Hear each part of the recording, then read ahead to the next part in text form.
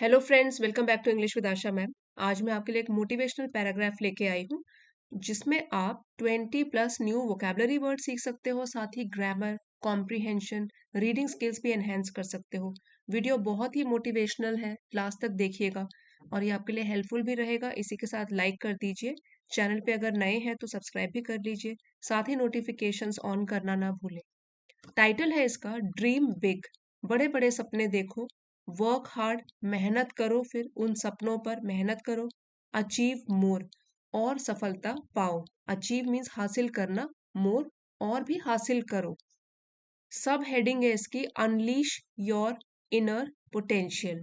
ठीक है, तो पोटेंशियल होता है क्षमता, कैपेबिलिटीज हम में कितनी होती है, इनर हमारे अंदर छिपी हुई, ठीक है, और अनलीश।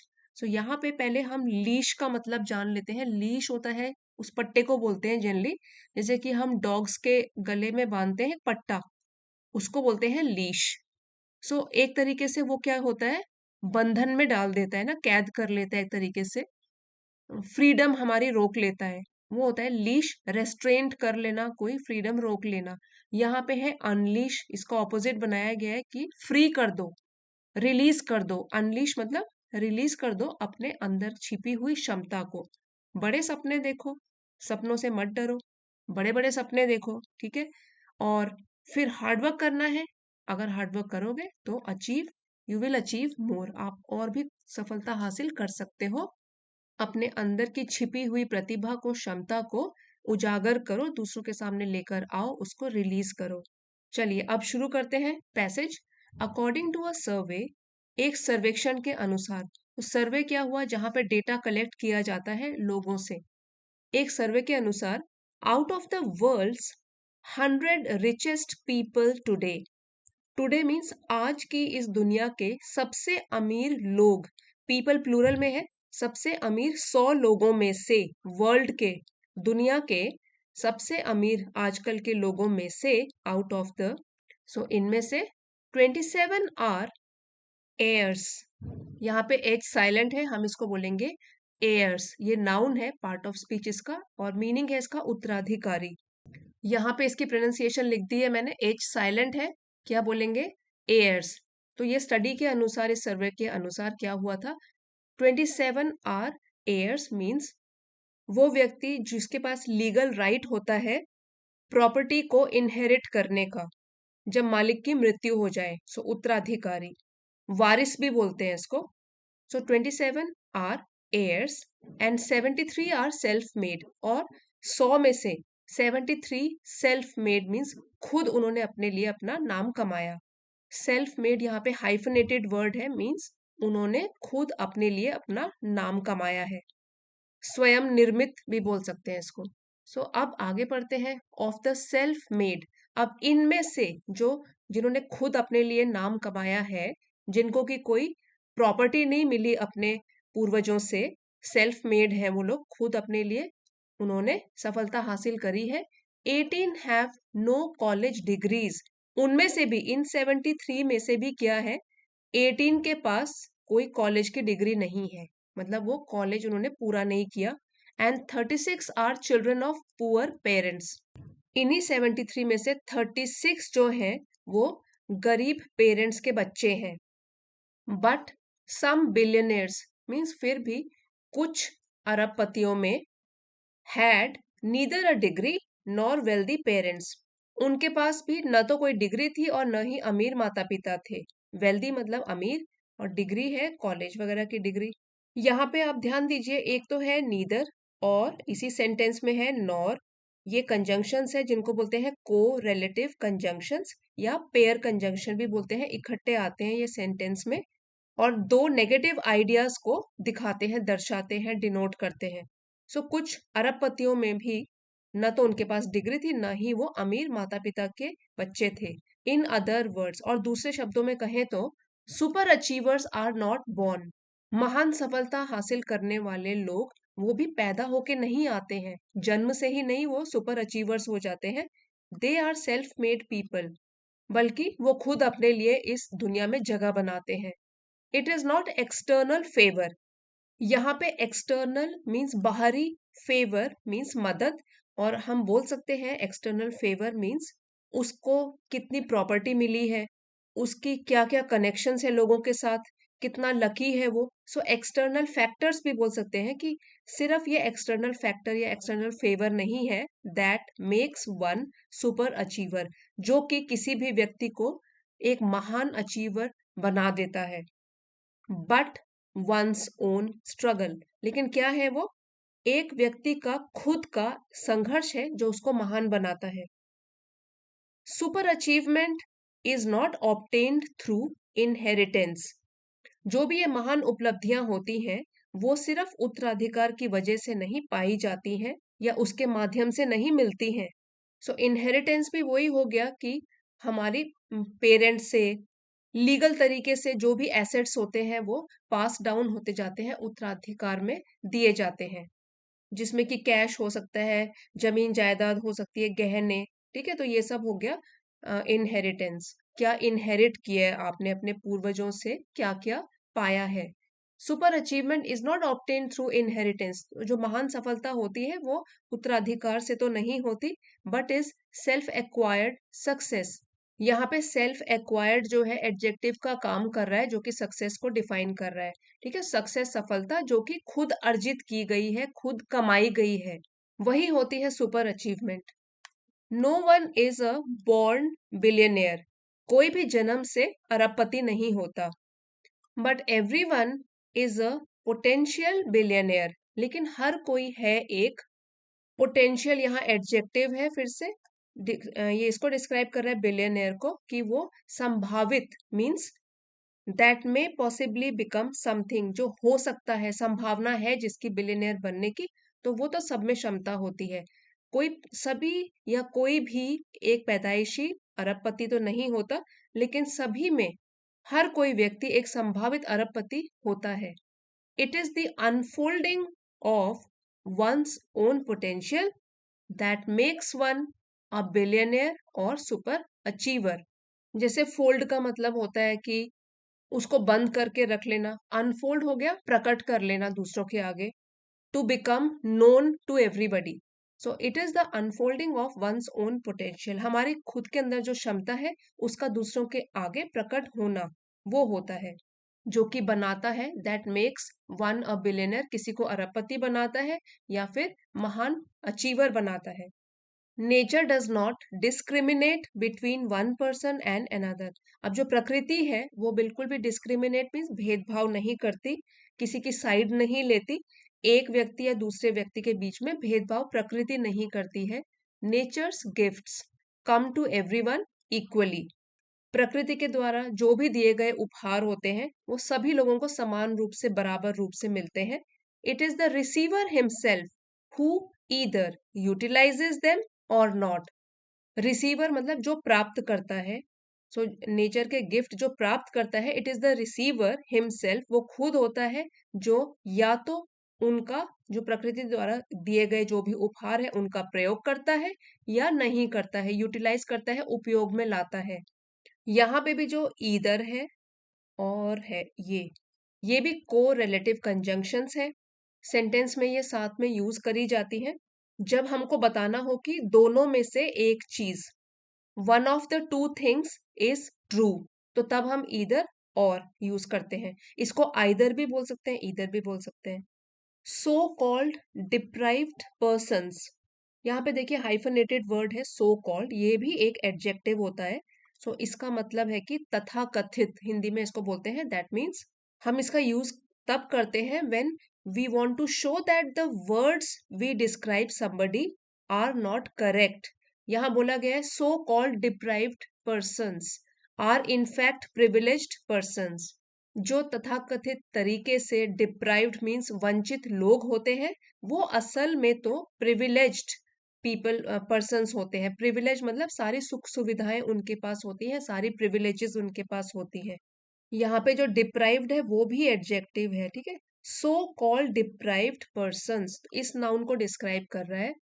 सो डिप्राइव्ड क्या होता है? जिनके पास ज्यादा सुख सुविधाएं नहीं है, सुख सुविधाओं से वो वंचित हैं, लेकिन तथाकथित रूप से मीन असली में नहीं है। So called deprived persons are in fact, असल में वो प्रिविलेज्ड पर्सन्स है मीन्स उनके पास सारी सुख सुविधाएं हैं, बस नाम के लिए है, उनको बोलते हैं deprived persons.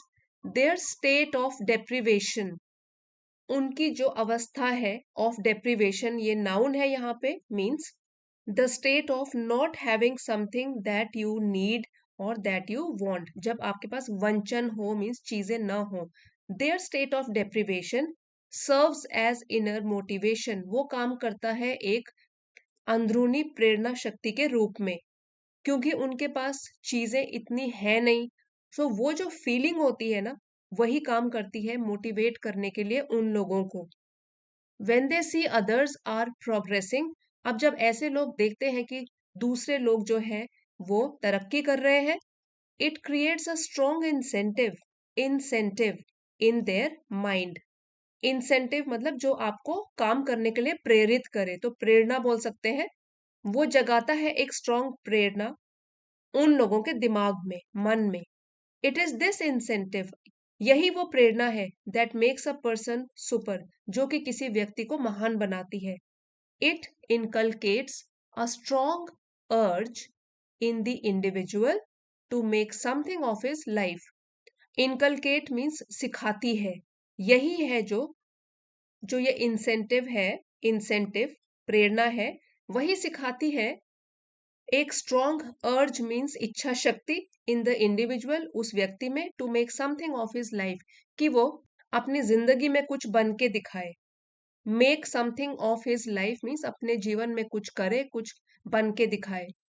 Any state of deprivation, ये भी नाउन है, brings about a kind of brain storming, कोई भी अवस्था जो कि डेप्रिवेशन की हो, वंचन की हो, जिसमें कि ज्यादा चीजें ना हो किसी के पास, वो डिप्राइव्ड हो।